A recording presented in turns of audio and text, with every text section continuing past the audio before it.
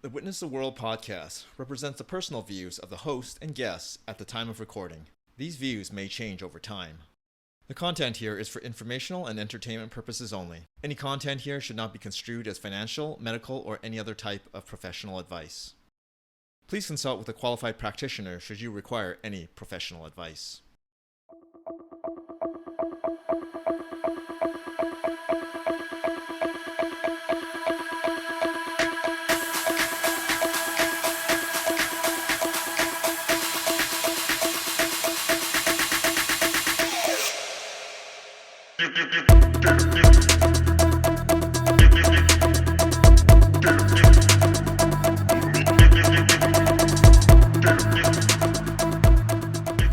G'day everyone. Welcome to episode 4 of the Witness the World podcast.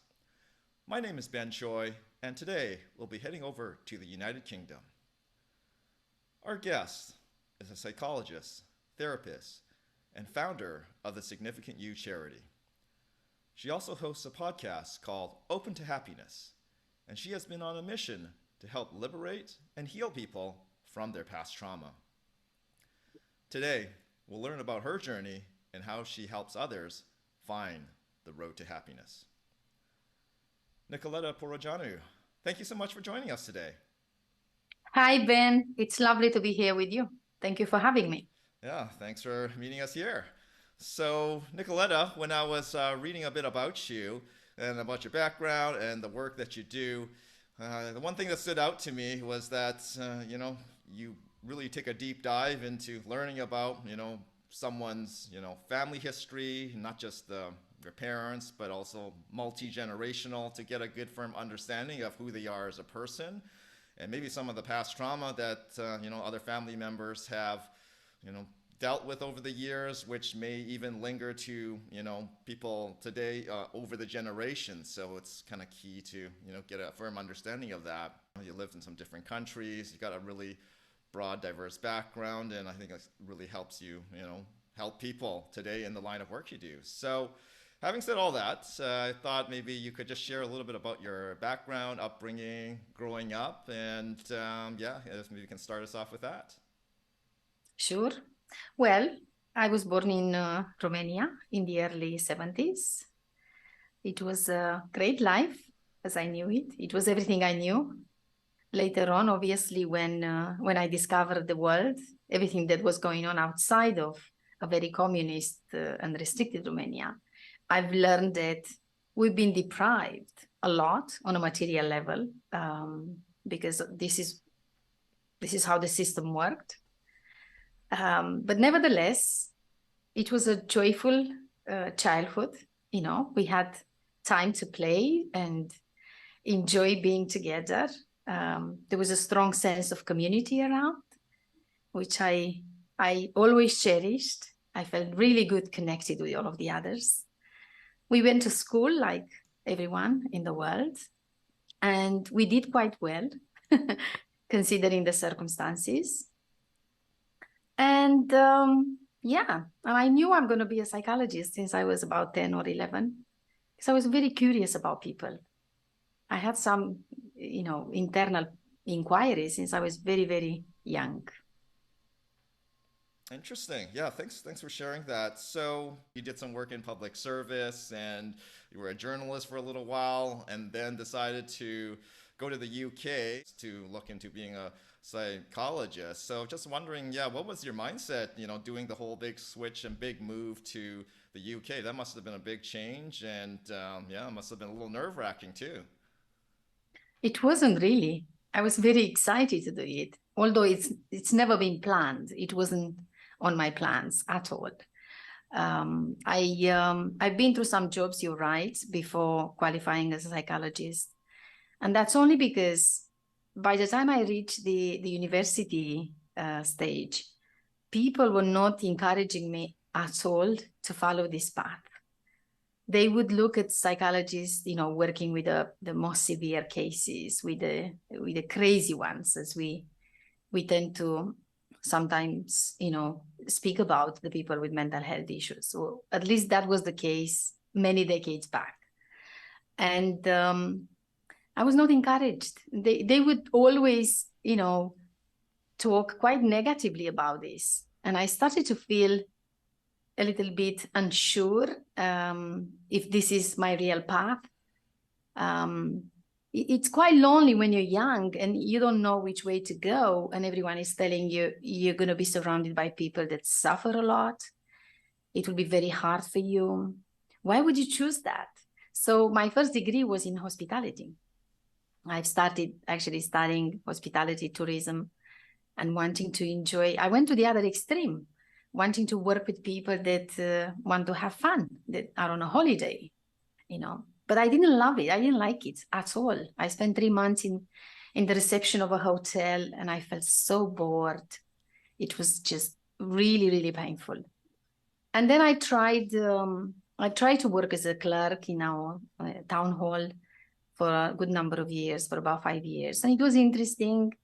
I had obviously the connection with the public that was better for me. And meanwhile, I started studying psychology. I realized that I'm not going to be doing this for the rest of my life. This can't be my retirement plan. And meanwhile, I've done some years in journalism. I wrote for the local newspaper. Those have been the best years of my life from a professional perspective. If media would be aligned with my values, I would probably still be there in journalism.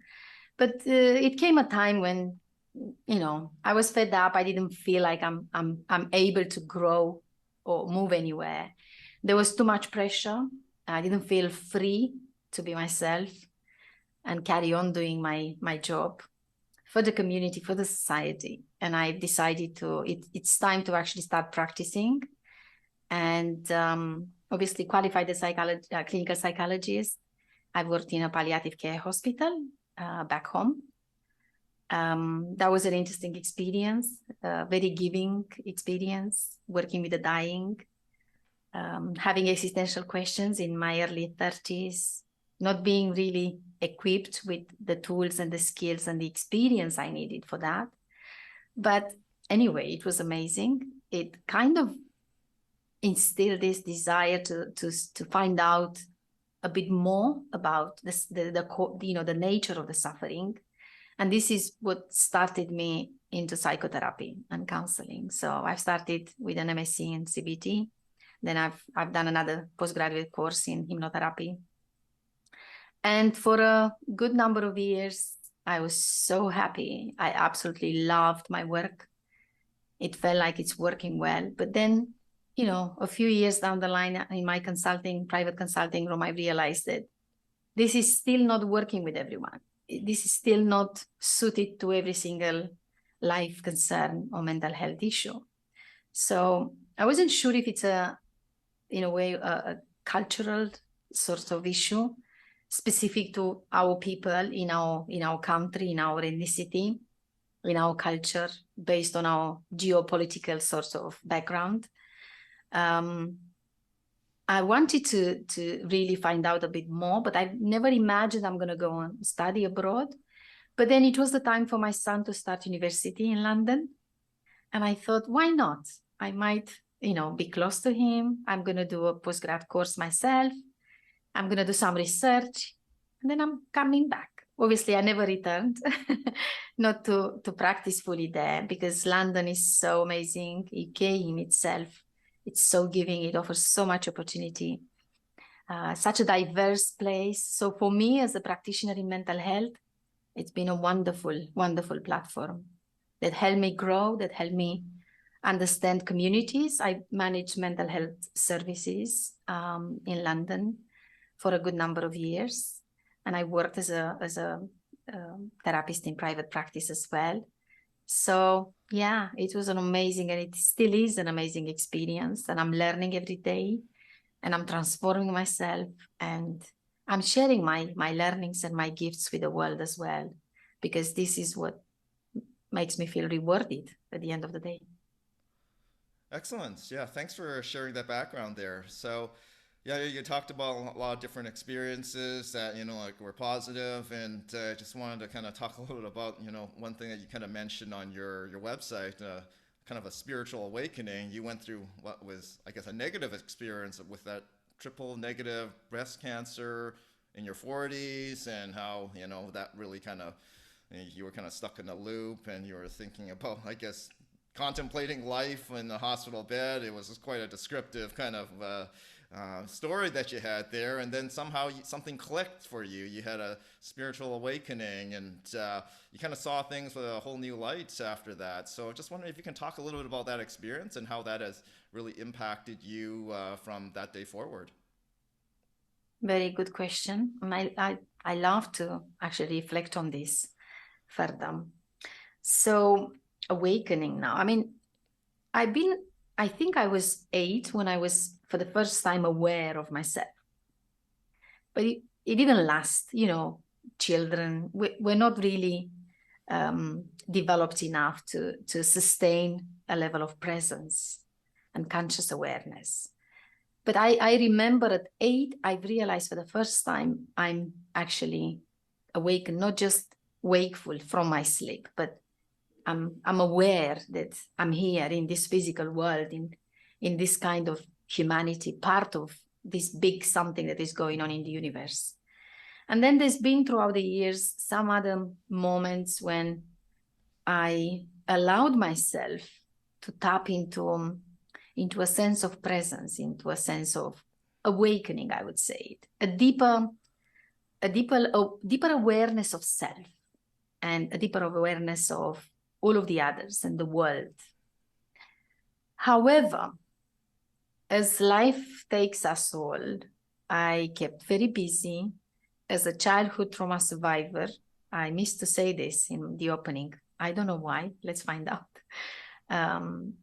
We tend to, to keep busy, to dissociate a lot, to not get in touch with the pain that we trapped inside of us. So I've always had a full agenda. You know, my diary was always full with all sorts of,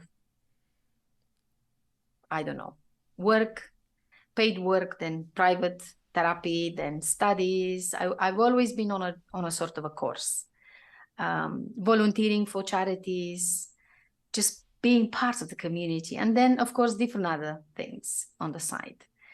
And there was a level of awareness, but I wasn't fully awakened, and I couldn't stay awakened. There was so much to do. There was so much stimulation, especially over the past 2 decades with the technological revolution and the digital world. It's really hard to take time for yourself, to be in touch with yourself, to not have things to do or things that stimulate you around you. So in my mid-40s, I was diagnosed with triple negative breast cancer, which is a rare form of breast cancer and a very aggressive one. And I had quite a low survival rate. And I was pretty scared and quite upset with everyone and everything for a couple of months, because the most important part of the suffering was this lack of understanding of the illness and acceptance of that illness. So I struggled a lot with that. Why me? Why now? You know, all of these questions that we ask, trying to resist what happens, what is the reality of our lives. But then probably you if you read or if you followed my videos, I shared this. One night in the A&E department, after 3 days of feeling so sick that I thought I'm dying, I felt life actually leaving me. I felt a very slow connection with life. I don't know how to explain it. I think there are no words to explain this. But there was a moment of, I don't know, maybe rock bottom for me, or the dark night of my soul, when somehow I faced the reality that death could be imminent to me and to everyone. But to me right now, as I feel, less connected to life and quite ill to embrace life. And that was the moment when I surrendered. I surrendered not to life and hope and wanting to enjoy what I have left, but I surrendered to that fight, to that battle of resisting what was. So the surrendering for me was an awakening, a profound awakening, a spiritual awakening that I somehow missed, an experience that hasn't happened at an intellectual level in my conceptual mind, but in the wholeness of my being. I could feel it in my cells. I could feel it everywhere in my body. And definitely I could feel it in my emotions, in my soul, in my heart.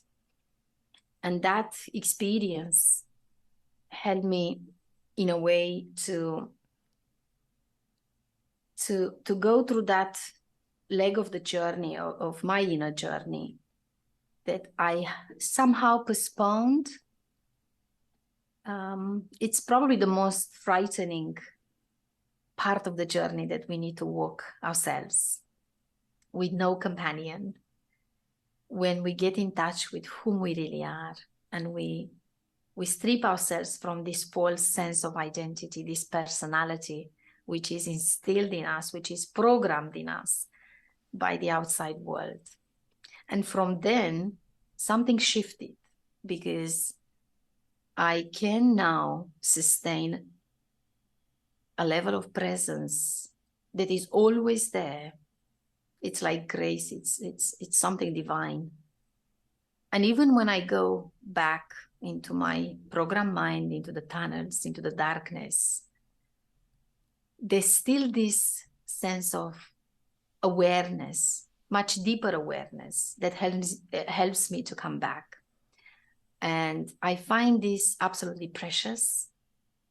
I find this self-development the best gift that I've given to myself. And in a way, trauma has been, in my experience as a therapist and psychologist, the real path towards spiritual awakening.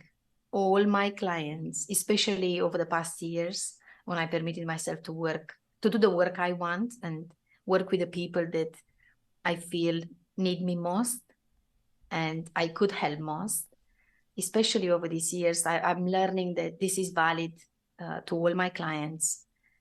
They have all survived trauma. They are all happiness seekers, and they are all ready to go through the same journey that I've been through. And that makes me the right guide for them right now at this stage in their lives. So in a way, trauma is not the end of the world.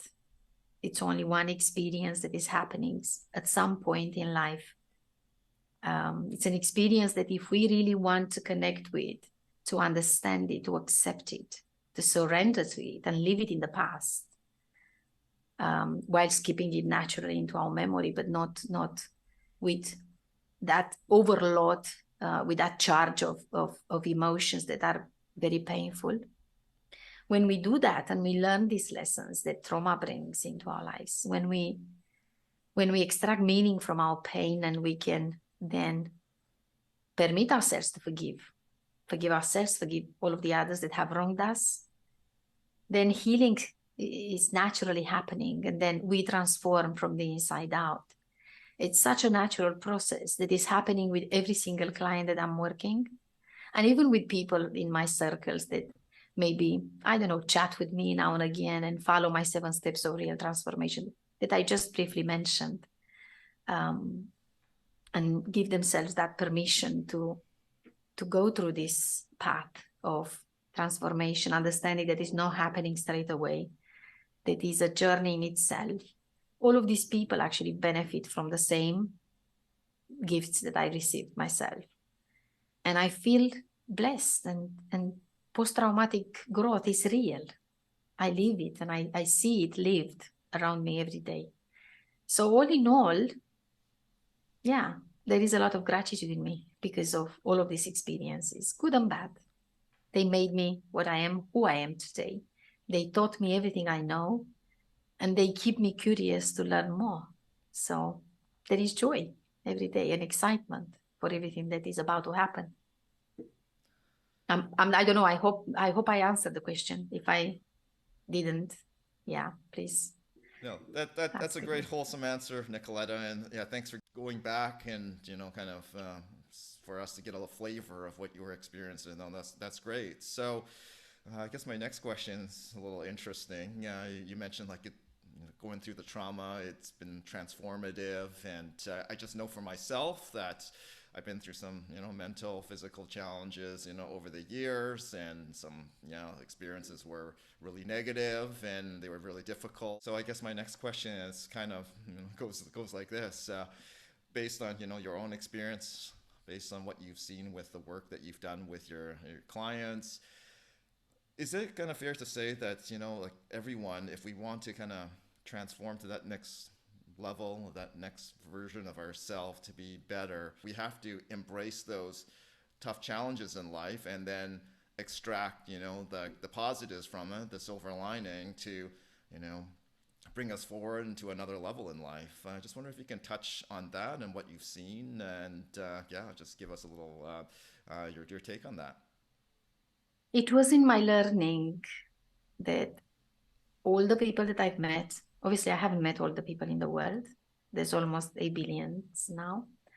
But all the people that I had the pleasure and the privilege to meet, either online through work or face-to-face in my circles, in my work, in my social life, in my private life, they have all been touched by a form of trauma. Yeah. Trauma can be abuse or any level that we know: physical, verbal, emotional, sexual, institutional, financial, and so on. It can be neglect, where the caregivers, the parents, the ones that should mind us, sometimes even in institutions like teachers and caregivers, fail to provide us the support we need, fail to meet our needs when we are little. But it can also be any other adverse childhood experience. Maybe domestic abuse, like in my case. Maybe, I don't know, separation or divorce, when parents decide they can't continue to live together, to be together, not even for the sake of the family or the children. It can be emotionally unavailable parents, and this is usually linked to their own trauma, their own unresolved trauma, which keeps parents sometimes functioning at an unconscious level, or mostly unconscious level, in respect to their children, to their needs. But it can also be maybe discrimination and bullying, inequality, so different other social issues that we face in our modern world. They all stand for a form or another of traumatic experience. And then trauma is not something in itself. It's not the event. It's what happens in us, like the amazing Dr. Gabor Mate says. It's what happens in us as a result of that event. So what we keep with us, what happens in our biology, in our physiology, what kind of physiological sensations we have in our body when we feel threatened, when we feel at unease, what happens in our mind, what kind of thoughts we entertain, and then what happens in our souls, what kind of emotions and feelings we have, because they are somehow imprints in us. Yeah, they remain in our memory. They are alleys of experience, I call them, or alleys of knowledge. When two neurons are firing up, they connect and they create an alley of experience. And everything we have in our database, in our memory, has been somehow lived, has been observed, has been captured through our 5 senses, maybe the 6th one as well, or I don't know how many we have. It's up to everyone to decide that. But these adverse childhood experiences somehow appear on our paths in a form or another. So everyone has a little bit of suffering, a little bit more. I feel that what I'm learning after I don't know, 5 decades of life, and after more than 2 decades in this world of psychology and psychotherapy, working with, I have 49 different nationalities so far, across all genders, races, ethnicities, any kind of difference you would want to count and consider in our civilized society. What I'm learning is that it's not that important what happened. It's important what kind of support you had, what's your psychological profile, and how you learn to manage this. What kind of coping mechanisms have you developed since you were little, since you've been exposed to whatever hardship has been there? And then how much you are mindful and aware of your existence. I mean, the true nature of your existence, not awareness around what's going on in this physical space where you find yourself on a physical level yourself with your body. I'm talking about conscious awareness, which goes beyond the intellect, which goes beyond the mind. It's more than thinking. It's more than thinking. We are aware. You feel it in your being. You feel it in all parts of you, in your body, in your mind, in your soul. And of course, you feel it in the fourth part of you, in your social persona, in this personality that you take with you out in the world with your roles. So you see, if we are all in a way or another exposed to trauma, it is eventually, if we want to believe this, it's our journey in life. It's the purpose of this life. It's the purpose of this existence so far. It's our karma. It's our destiny. It's our making. Yes, in the past, it's been hard for me, for you, for all of us. But you see this moment, this amazing second that we live right now, which is everything we have. That's our present. That's our life. There's no life in the past. There's no life in the future. The past has gone. It's just a memory. The future is just a projection. It hasn't happened yet. So the only life we have is happening right now in this moment. And if we are not present to it, if we abandon ourselves to the memories from the past, of course we fall into depression. If we are not here and we are too worried about what might happen tomorrow or next week or next month or next year, or I don't know, with the inflation, with the economy, with the state of the world, with the pollution, with, I don't know, anything really, the global warming. There's a long list of scares and worries for every single one of us. Yeah, if we stay focused on that only, of course we're going to fall into anxiety, because that's the source of fear.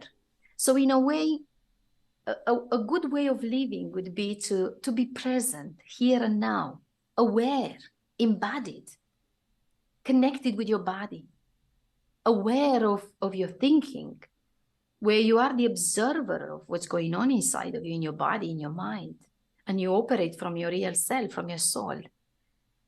That allows you, maybe using the 80-20 rule, I absolutely love that. And it's been around for now, I think 80 years, and it's still valid. And I use it around awareness a lot, because if we manage to live for 80% of the time right here in this present moment, engaged with what's going on around us, in our minds, in our physical world, in our bodies, in our souls, then we are connected, we are present.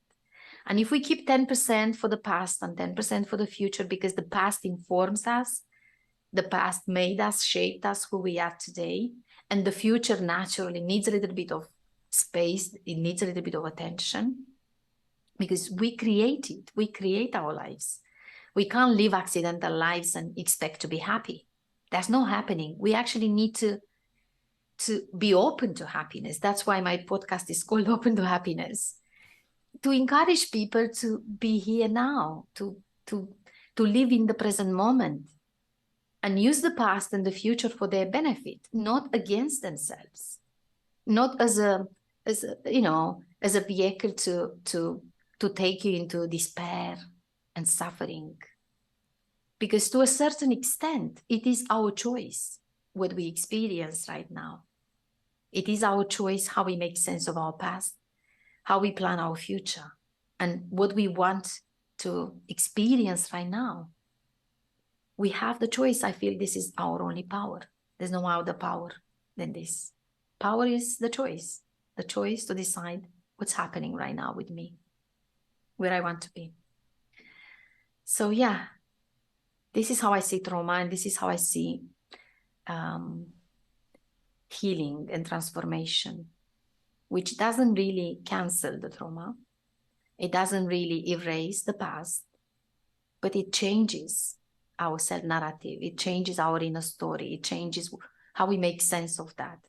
As soon as we move through understanding, acceptance, and surrender into learning, into extracting meaning from that experience, why was that given to me? That was a lesson. It wasn't by no means a sentence like the Buddhists say. As soon as we move through these 4 stages, 4 steps, then everything is starting to feel differently. Life is different. The way we make ourselves available to life is different. The energy inside of us and outside of us is changing. We are more connected with everything and everyone.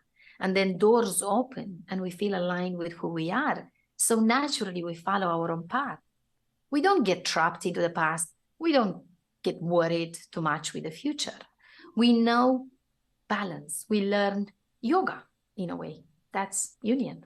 That's being in touch with yourself, with all parts of your being in your wholeness. Excellent. That's a great answer there. You shared a lot there, and I just wanted to touch on something a little bit more. So it just sounds like the number one theme, how to get through this trauma, is that being aware and also being present. Is that like the number one thing you've seen, with your clients, just people in general, family and friends, that if they are, anxious and maybe they've gone through different things and they're kind of repeating the similar cycles with their behaviors, it's just they're not being aware of how they're thinking, what they're thinking about, and why they think the way they do, and not being able to be present and being in the moment. Is that like the number one thing, from your work that you've seen? This is an amazing question. I'm just realizing as you're asking that when you talk about awareness of your thinking, if you are aware of your thinking, this is absolutely beautiful. It helps me to actually make sense of something. If you are aware of your thinking from inside of your program mind, from inside of your thinking, then you are stuck like the mouse on the wheel. You're feeling like you're moving. You are in motion, but you go nowhere. You're stuck in the same place. It's something else that is moving around. And that's the wheel behind you, around you, below you, whatever. And that wheel in this case would be your mental programming. The only source of suffering we have is our program mind. It's this identification with what's going on in there, because we live in our minds. We're not much in the present moment. We're not much somewhere else. And we are very identified with our physical body and our physiological needs as well. And everything that is of a material sort of nature, like, I don't know, the house we have, the car we drive, the clothes, the physical appearance, the money in the bank account, the holidays we have, the places we go to. We identify with that. We live our life in a continuous comparison with the others and the outside world, in an attempt to want more. And that's natural to us human beings. We are boundless. We want to expand. It's natural to expand. But when our expansion, or the lack of expansion, or the slowness of the expansion is bringing suffering, that's not in our advantage. That's not self-care. That's not self-kindness. That's nothing to do with self-love. So in a way, we lose sense of ourselves, of who we really are in our essence, because of this identification with the physical and the mental. Happiness is not happening in the body. I mean, the body can feel comfort when the body is healthy, when the body is well nourished, well fed, hydrated, maybe had a little bit of exercise, a little bit of movement, and we have an amazing chemical cocktail going on with endorphins, with dopamine, with serotonin, with, good stuff. It is elevated in us. And naturally, when this happens, there's little cortisol, there's little adrenaline, those bad hormones that come with stress and fear. But happiness is not that. Many people feel comfortable in their bodies, but they are still not happy. Happiness is not in the mind where you have peaceful thoughts. Well, you can be peaceful in your mind, entertain, random thoughts that are not threatening, that are not unpleasant. But that doesn't necessarily make you happy. You see, happiness happens in the wholeness of your being. And happiness in itself is an emotion. And the emotions come from our source, from our soul, from our spirit. We make sense of them with the mind. We put them into words. We use the language to explain what's going on in us, what kind of feeling we have. And we feel the emotion of happiness in the body as well, because it's different when you're happy. It's different how you feel your physiological sensations comparing to when you're very unhappy and your body is almost collapsed. Even your posture is changing when you're happy comparing to when you're not happy. But happiness happens in the wholeness of our being, and it's essentially, at its core, it's an emotion in our soul. And when we live disconnected from our souls, from our emotions, when we live identified with this physical body and its needs, and this never stopping mind that is so demanding, that is so stimulated and wants more, wants to know more, wants to do more, wants to have more, wants to be like someone, become like someone else. There's always something, in expectation. There's always more desired, and this is not helpful for us. This is not pleasant. This is not allowing us to stay connected with whom we really are. And that's why it's important to practice mindfulness, to practice awareness, conscious awareness, not just the thought of being aware. That's why it is important to make ourselves available for presence, for being here and now. Yeah. Thanks Please go. Thanks for sharing that. That's great. So I wanted to turn a little bit to some of the work you're doing today and the mental health work there, and a lot has changed and happened over the last couple of years. There's been all sorts over the world. There's been a lot of restrictions. People couldn't be as social as they wanted to be over the years, and a lot of people suffering in silence about with their mental health. I think the awareness has gotten better over the years, but there's still a lot of people suffering in silence. And so you, as a practitioner, I'm just kind of curious, what have you seen as the key couple of trends, through, the profession, from, your colleagues, your peers, what have they said has been a couple of the biggest challenges that they've dealt with over the past couple of years? There seems to be an increase in the number of the people that experience naturally depression and anxiety, because the state of the world is suggesting that there are massive changes happening, and everyone loves to live in safety. That's our essential human need. Probably the second one after the need of connection, the need of belongingness. And the science shows us that that's the case as well. It's not just our feeling or our experience in the therapy room. There seems to be an increase.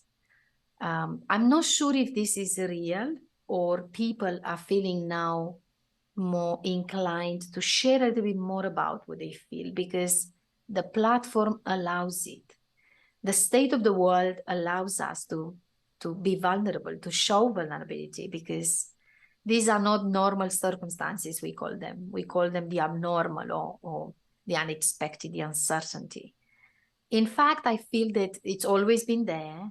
People haven't been in touch with what they call now depression or anxiety, or maybe they've struggled a bit more with their addiction or with their compulsions, obsessions, whatever we have, which are at the core of every single mental illness we might want to consider. And they are part of our functioning, our being. We need to obsess because this is how we think, this is how we learn. We need to be compulsive in everything we do. Otherwise, we would never walk the same. We would never breathe the same. We would never, I don't know, speak the same. We will never carry out our, I don't know, tasks and chores in life in the same way. So everything is kind of repetitive in life. So the obsessions and compulsions are there. The problem is that we don't know how to manage them, and they go out of control. And this is when what we call mental disorders settle in. And they don't have to be there forever. We have tools, we have ways of bringing ourselves back into balance. But yeah, coming back to your question, I feel that there seems to be an increase, but in my view, it's always been there. There's always been uncertainty in the world. There's always been major changes. There's always been wars somewhere in the world, fears around how the economy is going, a sense of, I don't know, it's an innate fear around mortality, really, which humans, none of us really face and talk about and prepare for. Then there's fear for all of the other things, the goods we have, the people around us, and so on. So that's the nature of life. And in terms of depression, which is probably most common mental health disorder, known and recognized by the World Health Organization as well, who's been doing, obviously, statistics and programs for many, many decades now. Even depression is natural. I mean, depression means to push down. So we naturally have to suppress and repress and deny and use different other defense mechanisms to survive.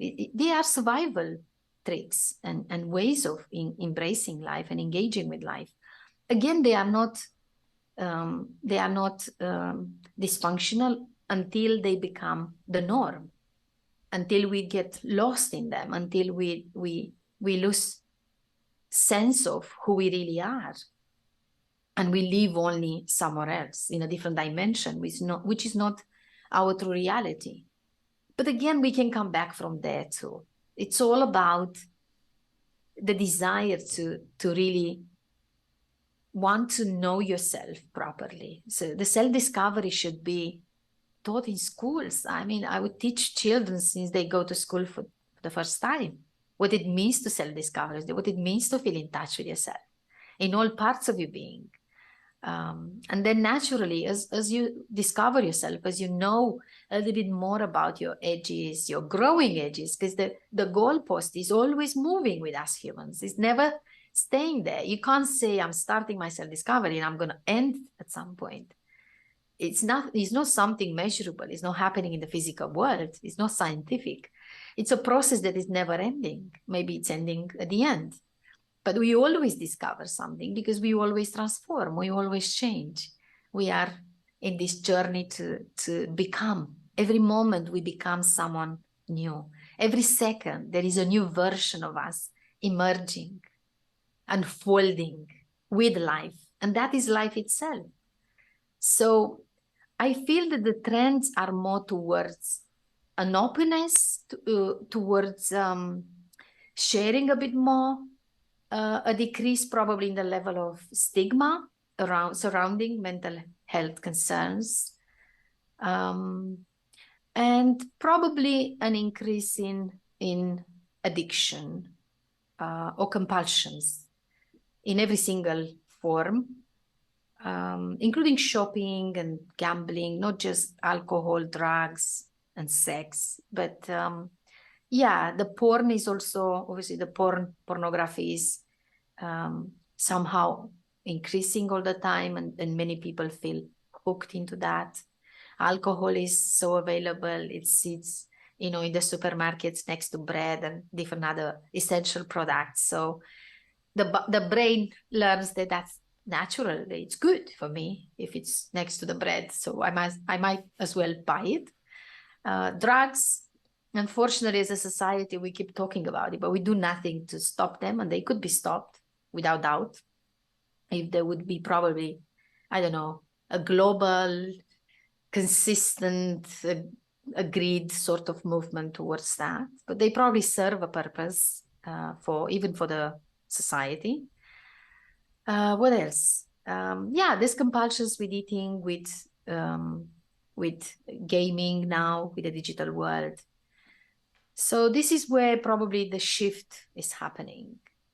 Not with the old challenges that we always had.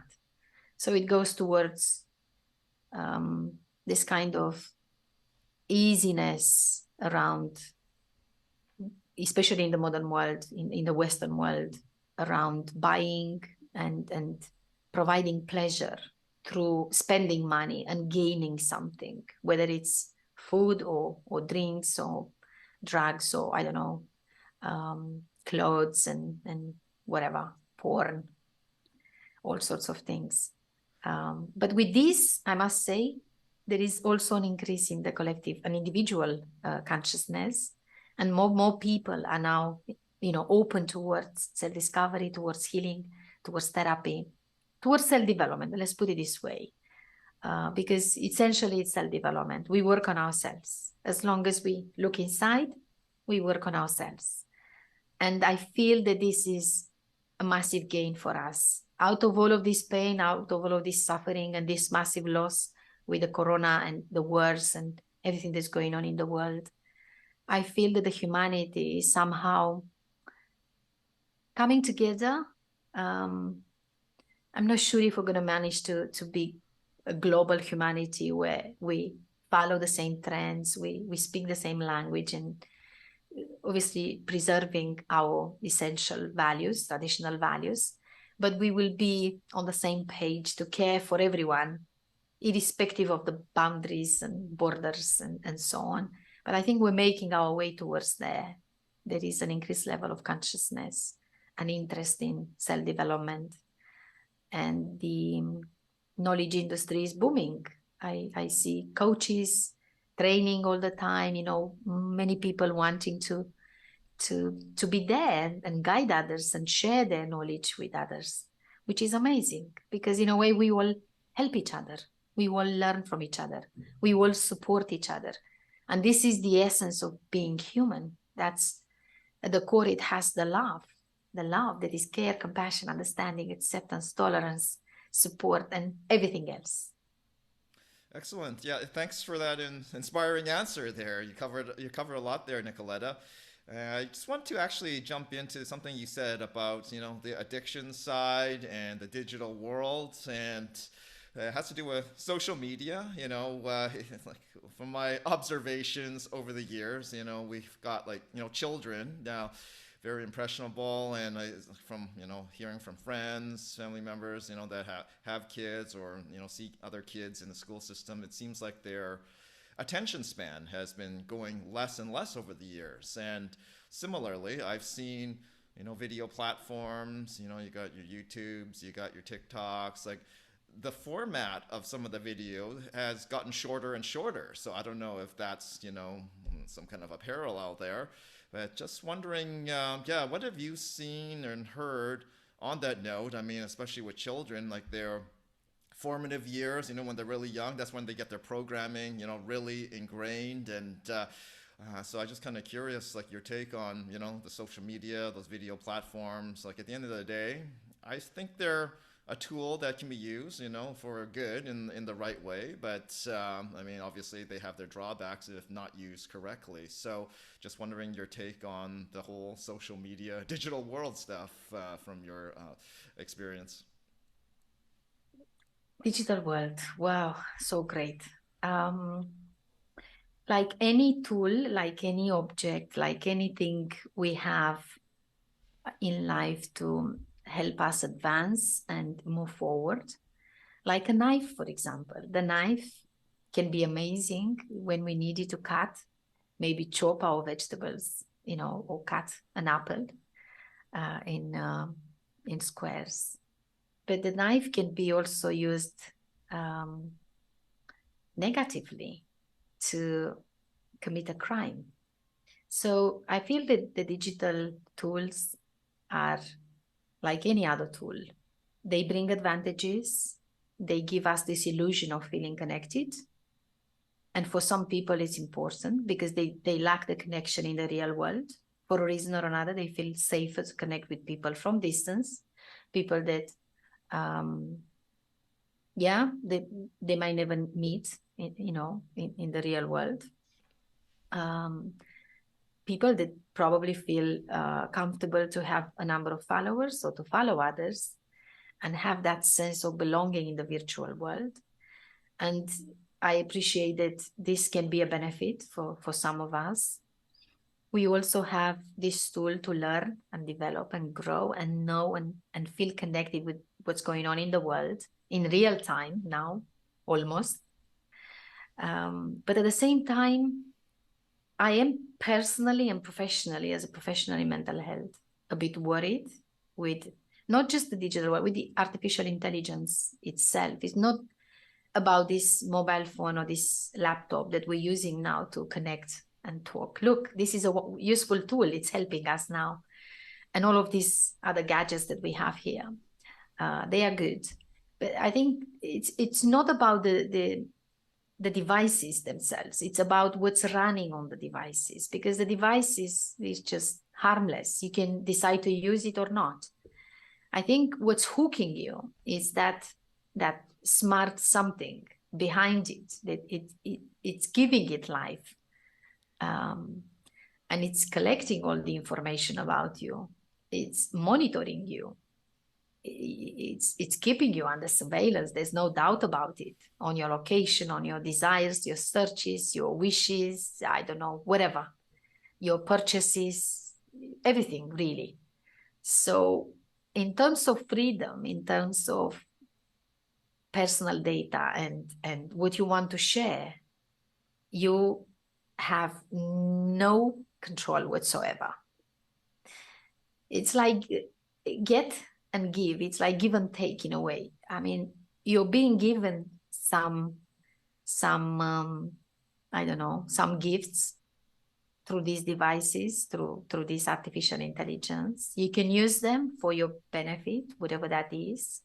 But at the same time, you need to give something. And what you give in return is somehow your freedom, potentially your sanity. Because the artificial intelligence is apparently, I'm reading and I'm learning from people that understand that world. I'm not in that world. I'm just capturing information. Is set to overtake us in terms of intelligence naturally, because their database is greater than ours. Our brain is limited. The ability to compute and make use of all of this information that we have available is much greater with them. And now we have obviously humanoid robots that have been granted citizenship. We have Elon Musk creating millions of Optimus, the first full spec humanoid robot that will come into our homes, apparently by 2030. Every home will have one. Humans think, oh my God, someone will do the cleaning for me and will do a bit of cooking. How lucky I am. How great is that? But then you see, everything will be really connected to your Optimus that will have control over your electricity, all your utilities, all your supplies, potentially your grocery, if it's arriving or not, your meals, your access into your own home if needed, if everything goes digital. So we're losing freedom, we're losing autonomy, we're losing independence, whilst we're giving ourselves into this illusion of progress and evolution. But it's the price we pay. And as long as as a humanity, we are ready to pay it, then be it. The problem is that many people can't see the negatives. They only see the benefits. So for me, if artificial intelligence is about to really exterminate humans, like I'm reading in some very well articulated books from people that know that world, if artificial intelligence is about to change the world as we know it today, that's not probably going to happen on our lifetime, but our children, grandchildren might be at risk. So I think it requires that every single human being is a bit more conscious around what we have around, what we create, what we use, what we do with our time, with our devices, especially with our children, because you mentioned they are programmed now. Of course, you know, the digital children, they don't need really parents. The parents are there in the devices. So who's controlling them? Who's actually conditioning them? You see, we've even given up this little, very important task that we had as humans. So there is a little bit of worry there for me, especially when I see how much it impacts our mental health, our sense of identity, our sense in the world, our sense of worth. So this is a very complex topic. I think this requires a podcast in itself, or maybe 10, 10 hours, so we can really look into all the details, into the source, the impact, and what can we do about it. But as a quick answer, yeah, we get benefits, but we also get a lot of disadvantages. And I think for the future, we might lose more than we gain. And I'm generally an optimistic person. I'm not negative by any means. Perfect. Yeah, thanks for that, wholesome answer there. So I guess it kind of sounds like to me that you're kind of in the same boat as me, that, technology, neither good nor bad. It's just how we use it. And we've just got to be more, conscious and aware, of how we're using it. And then, we can make the most of it, or in some cases, maybe it doesn't go the right way too. So yes. It's double-edged sword, I guess, is one way to say it. Yeah. So I guess wanted to kind of turn to, I guess solutions, things to repair, let's say someone that had an addiction to, social media or the technology. And is there like some quick daily kind of things that people can do, every day to, get them on the right track to, getting better, stronger mental health, and just kind of working on that every day? Just some small things, besides going to therapy sessions and, learning about themselves. But what are some small things that everyday people can do to help themselves? I would encourage everyone to develop a mindful ritual that fits them and their needs, what they like, what they dislike. A ritual, I have my own. It's made of 6 very simple steps. It takes a couple of minutes. If I want to meditate more and remain in that meditative state, I can sit for longer. It depends how I feel and what's going on inside of me, what I need to do. But ideally, I do a morning and an evening before going out of bed and after getting back into bed, before falling asleep. I do this ritual. It's my time for myself to get in touch with myself. It includes a little bit of breath work. It includes a little bit of energy medicine. So we can open up ourselves towards the universe. We haven't mentioned much the universe, but we live in this beautiful something there, which we're trying to discover and understand. And it also includes a little bit of meditation, some Buddhist teachings, very, very practical, simple things. So a mindful ritual, whatever works for you. Maybe you want to do a bit of breath work. Maybe you want to do a bit of, I don't know, energy movement, or anything really, or just sit with yourself and observe your mind from distance and your body as well. What is very helpful also, I would encourage everyone to do a few minutes of introspection each evening before you go to bed, before you do maybe when you do your shower, just be in touch with yourself and go through the day and see how you felt, what happened, what was that like for you, and what are you taking with you later on when you go to bed, if you want to take something, or if you want to maybe strip yourself from it or put it in a container.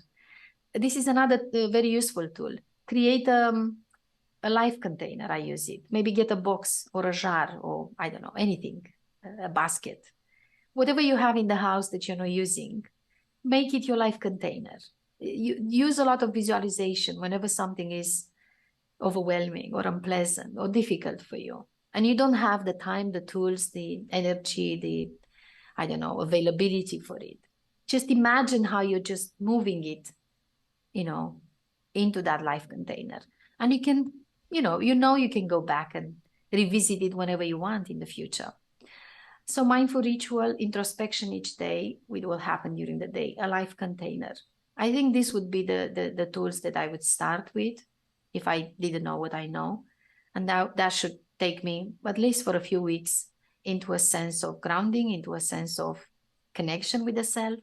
And then when I'm ready, I can move towards the next stage. Because what happens in the knowledge industry these days, and it happens with me in therapy as well as a client myself, we want to work on so many things at the same time. We want to make sense of everything. We want to clear the past, release the trauma, be present here in the present moment and create a wonderful career, maybe go through courses, have a relationship, maybe a family with children, keep in touch with our family of origin, with the extended family, then have a network of friends, then do something for the humanity, for the society, be present in the community. We have many roles, many hats, and it's a bit too much. And then, of course, we prepare for the future. So we want to be, after we've exhausted ourselves today, tomorrow we want to wake up fresh after 5 or 6 hours, rushed sleeping hours. And we want to be fresh and perform very well and prove ourselves. And it's not working for the long term. It's not working. I believed in myself. I kind of exhausted myself. And the stress was part of my illness. And I would encourage everyone to, pace it up a little bit. Just take it slow, because there's no need to do everything immediately. And even this self-discovery journey and the therapy journey, it takes time. You may want to work with different therapists. You may feel attracted to different therapists in different stages of your life, because they may resonate in you with the work that they do at the moment. You might not be ready, for example, if you're watching this, to work with me, because I work with people that have done a great deal of work on themselves. It's not for the entry level. What I'm doing, especially my Awaken program, which is quite advanced and challenging a little bit. But for some people, it's just, the world for them, because they are ready for it and this is what they need and they find it absolutely extraordinary. So it's up to everyone. Just see exactly, evaluate where you are at that age stage where you find yourself, because it's one to be in your 20s or your 40s or your 60s. You might have different kind of expectations, different kind of plans. So be mindful of all of these and invest in your self-care in particular. Spend time with yourself. Read, but read the stuff that you need, not for the sake of reading and quoting and articulating to your friends what you just learned. Don't allow all sorts of garbage to come into your mind, because in the knowledge industry, we see everyone, being the coach, the most brilliant person that knows everything. No one knows everything. We are all learning. And I think everyone should go towards those people that speak to them at that very moment, and then feel free to take a bit of distance and move to the next one. And take this journey in installments, take it in stages, because otherwise we try to put too much pressure on ourselves and we get ill. Sadly, physical illness, mental illness are just the result of too much pressure, too much stress, too much comparison, too much desire to perform well, to prove to the world and keep the pace with the world in a way. Because if everyone around us is showing all sorts of achievements, all sorts of things, we feel insufficient when we don't show the same. So in a way, the pressure comes from outside, but there's also a lot of pressure self-inflicted on us, because we place quite unrealistic expectations on ourselves too. And then we have the expectations from our parents, the luggage that we carry with us from the past. And you see, there's a lot going on. So I would encourage people to take it slowly, evaluate properly where they find themselves, speak to someone that is able to guide them. Okay, so you are at this stage. What would you like to achieve realistically? What is important to you right now? How do you make use of your time? How do you make use of your skills, of your abilities? And where do you really, really, really want to go in your true self? What is really, really aligned with you? What is really your meaning and purpose in this world? Not necessarily going with the flow, going with the trends. And this requires naturally some inner work, but it's the most beautiful gift you're going to give to yourself. I promise you this. It's the most beautiful gift you're going to ever receive when you make it to yourself. It's your making. It's you giving it to yourself. And I would encourage everyone to do it. That's the purpose of life, I feel, to get to that point where you understand that and you live aligned with yourself and you stop acting this personality, this set of traits that you developed inside of you just because, you know, they were your coping mechanism as you were growing up and you observe them around you. They might not really be aligned with you. And the source of your unhappiness, if you suffer a little bit right now with loneliness, with uncertainty, with insufficiency, with lack of self-esteem or confidence or self-worth, this is suffering in itself. The source of it is this idea that you're not really connected with your true self. So go back home, go back to your wholeness, go back into your space of balance and peace and yoga. And then everything will move smoothly, exactly where it has to go. That's amazing insights there, Nicoleta. Yeah, thanks for sharing that. So as part of the healing journey, I did some reading and you said, you know, forgiveness is actually a really key thing. So it's not just, you know, forgiveness, you know, about the universe or other people or things, but also forgiveness within oneself about, you know, things that have happened, you know, or maybe too hard on ourselves. And you were talking about expectations of other people and that sort of thing. So I just wondered, yeah, if we can maybe just touch a little bit about, you know, the concept of forgiveness and how that is so important in the healing process. I feel that without forgiveness, there's no way of healing. In my 7 steps of real transformation, forgiveness is on step 5 and it follows and healing follows forgiveness. I think forgiveness is a mandatory stage because the true healing is not happening in the mind. I'm going to heal now. I spoke about this, now I'm healed.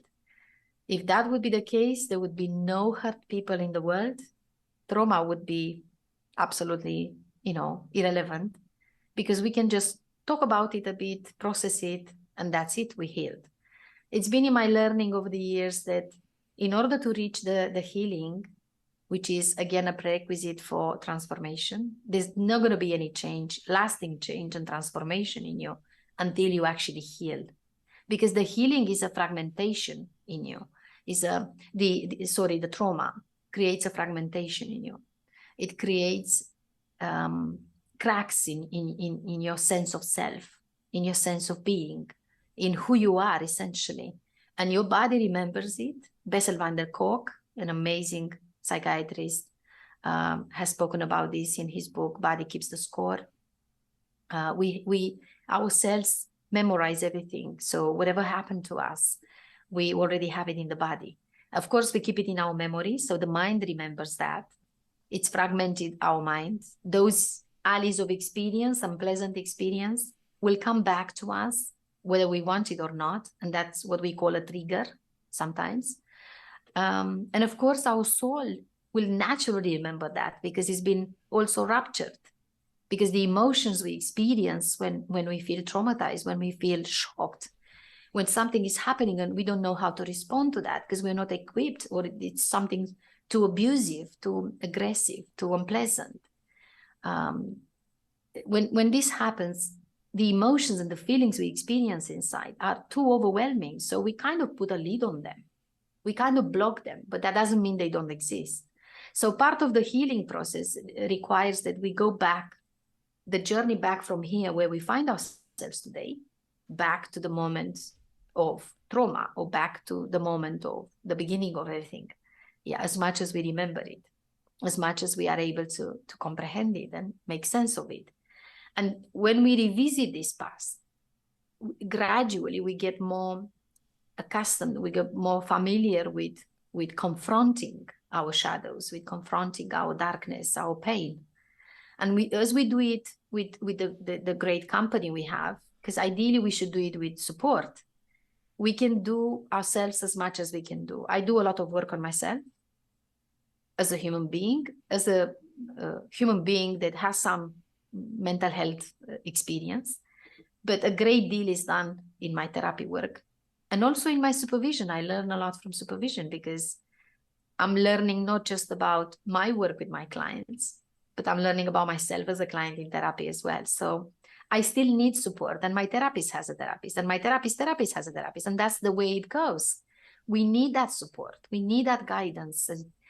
And when we have that guidance, and it's taking us exactly where we have to go, in the rhythm that we are able to walk and expose ourselves to that past, with the intensity that we are able to endure, that's why it's important to have someone that knows what they're doing. They know to take you there in safety.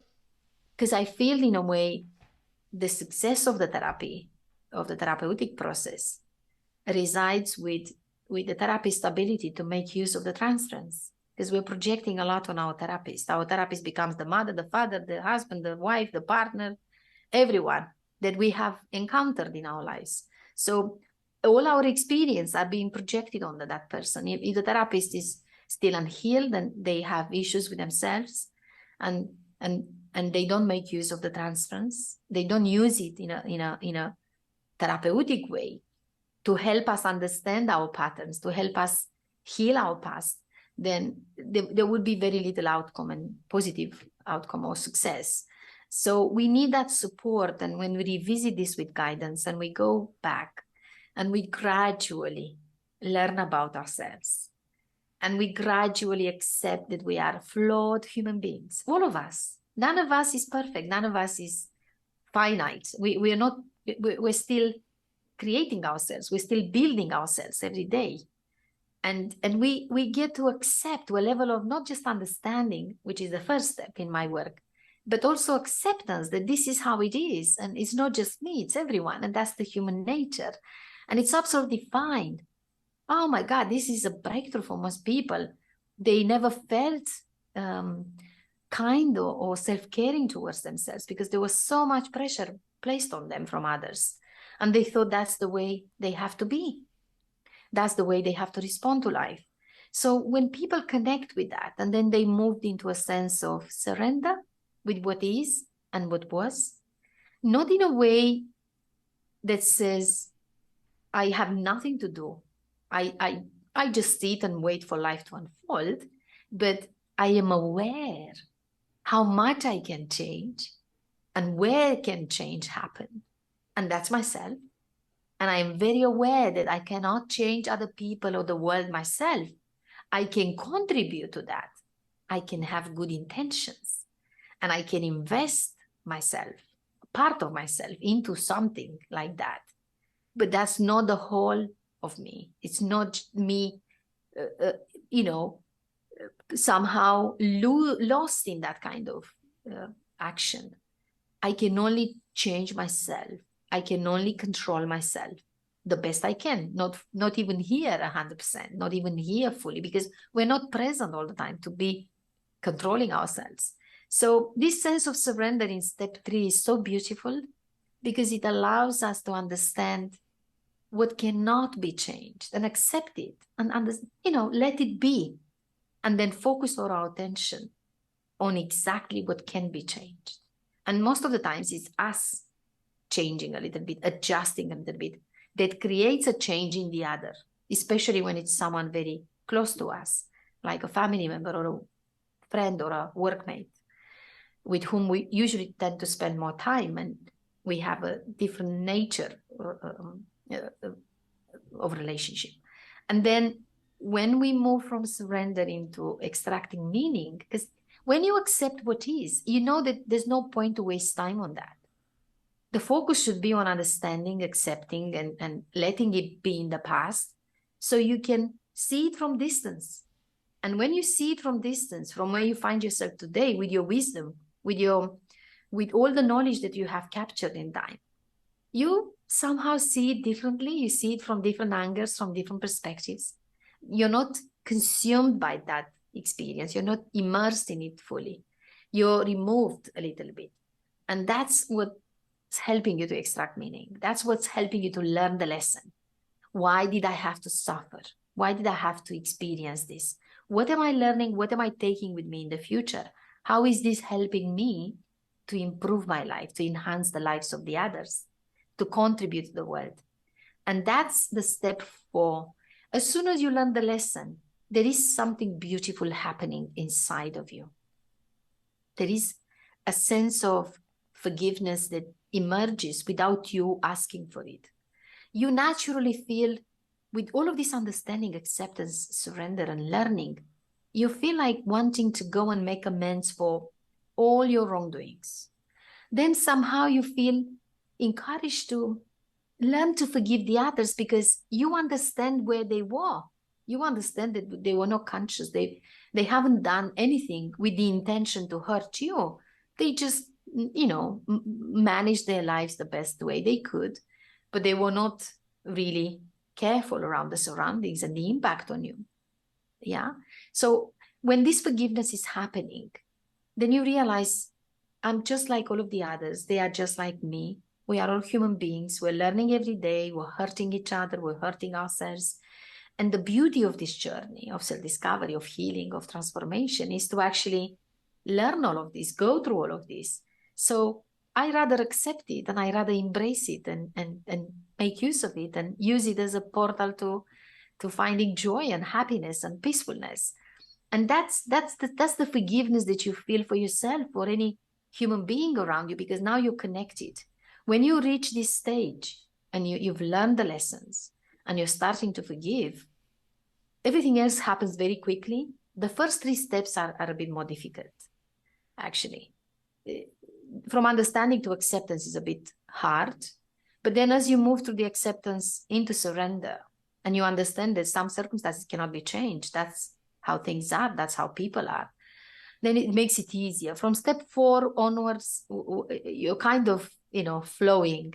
It's beautiful. And that forgiveness is changing something inside of you. It's kind of unblocking all of those barriers that you build around yourself, to, in a way, in a protective way, because you are frail. You are not able to cope with all of this suffering, all of this pain.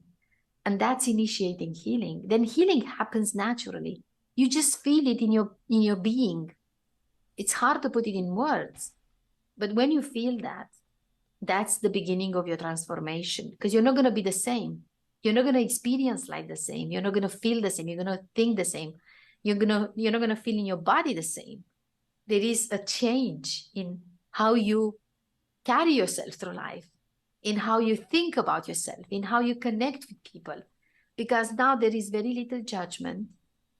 And when it arises, you bring yourself back into presence, and you realize that there's no point to judge. That's the level of consciousness of the other person.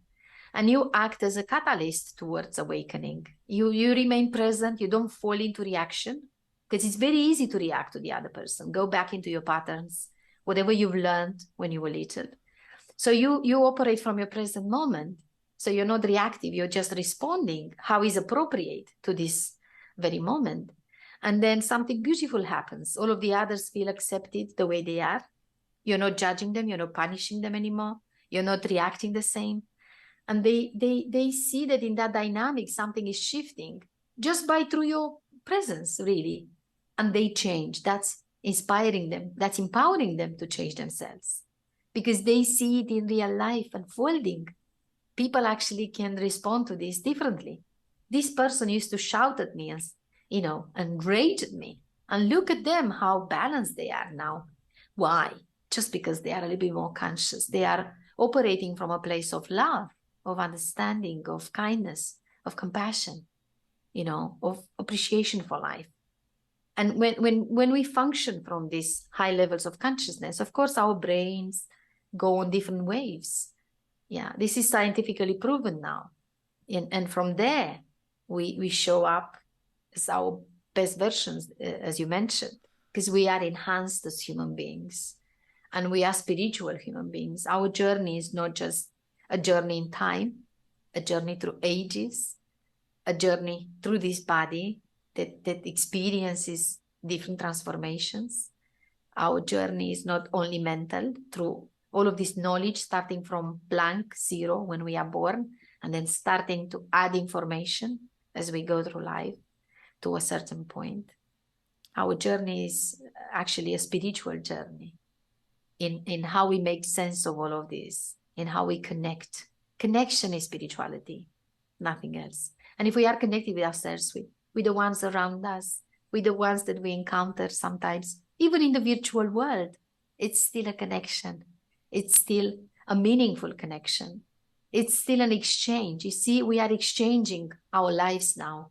We are sharing our lives in this beautiful podcast interview with you. And that's amazing. That's our contribution. That's how we are spiritual. We could have chosen, both of us, Ben, honestly, to watch a Netflix movie or just, I don't know, do something, anything else.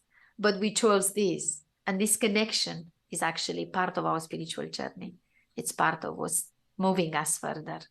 And I have a strong belief that humans, all of us, we are the same. We are more similar than different.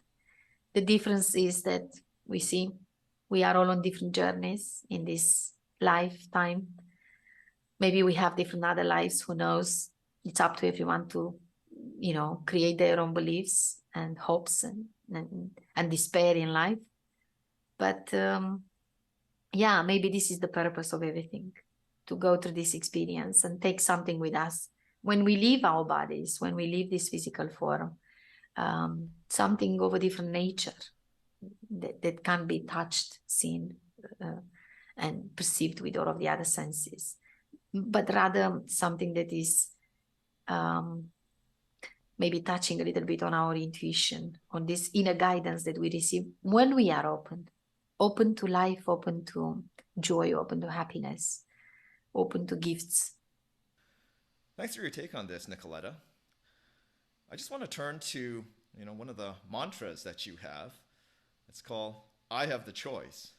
I wonder if you can talk a little bit about this. And from what I understand, it's you want to convey the message that I have the choice to think and feel the way I do, no matter what the universe or other people do, and I have the choice to live a happy life. So yeah, wonder if you can just share your thoughts on this and just some of your observations and how this all fits in. My mantra has been for a good number of years, I have the choice.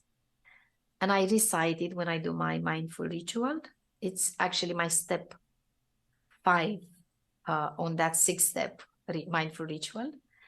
And after this, I allow myself a minute or two or more into a meditative state. The mantra comes from the mind. We recite it using, obviously, the language. So we use our cognitive processes for this.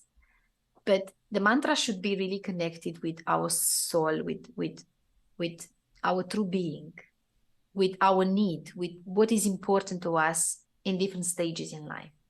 For me, after that big awakening in my mid-40s, I had this need of remaining present, from the back of my mind. I don't know how to explain it, but this level of conscious awareness runs above and beyond the program mind and the functioning of the mind through the nervous system as we know it, through the cognitive processes.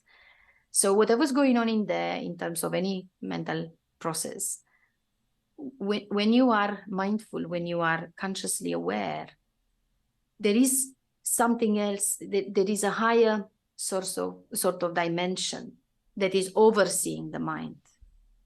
I developed a little PDF guide. I call it the 3 Entangled Minds, which I'm giving to my clients because they struggle to understand how the mind works and how the consciousness works. Because we've been used to the old-fashioned model. We have a conscious, subconscious, unconscious. So you have no control over your unconscious and subconscious. You can only be conscious. I used to believe that years back. Of course, I don't do it now. I feel that consciousness is this universe, and there's so many levels of consciousness out there, and it's up to us to connect vibrationally, energetically, on different frequencies, on different levels. And the more we connect with ourselves, the more we connect with the world, the more we are connected with the energies around there, and the more we can choose what kind of frequency we embrace and where we position ourselves.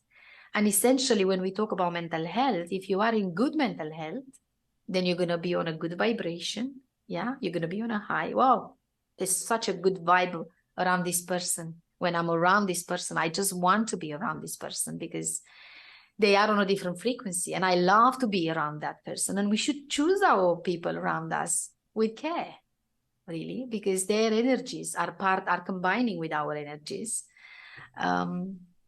And of course, when we are in poor mental health, what happens, we get stuck into our tunnel mind, I call it, which is the first mind, the program mind given by others.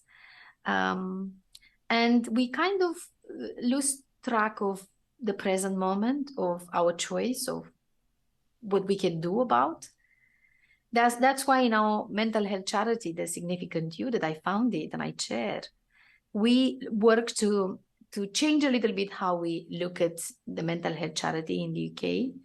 And we try not just to talk about stigma or run programs that happen all the time with people.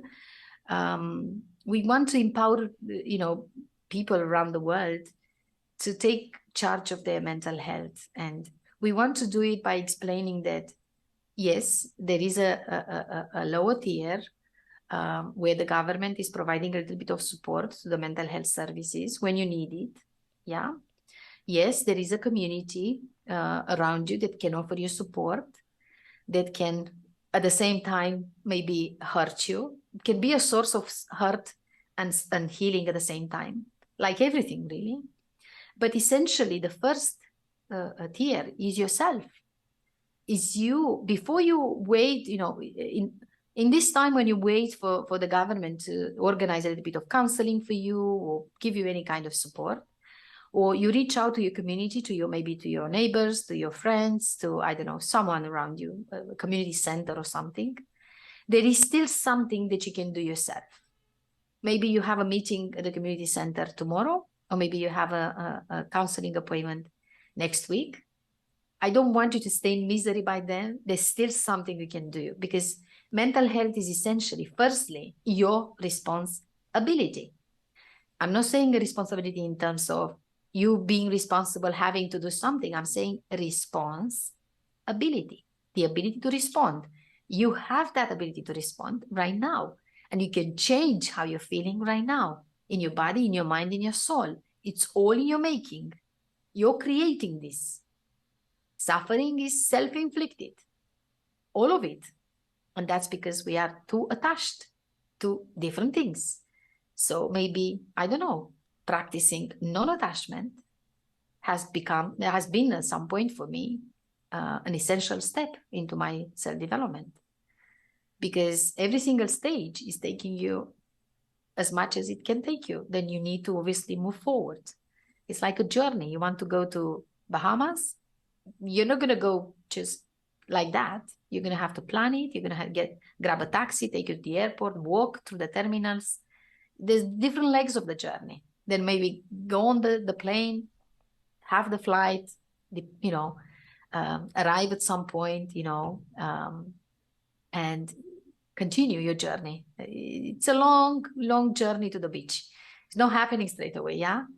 But we tend to forget that. So really, it's about you understanding that you're much more than what you think you are.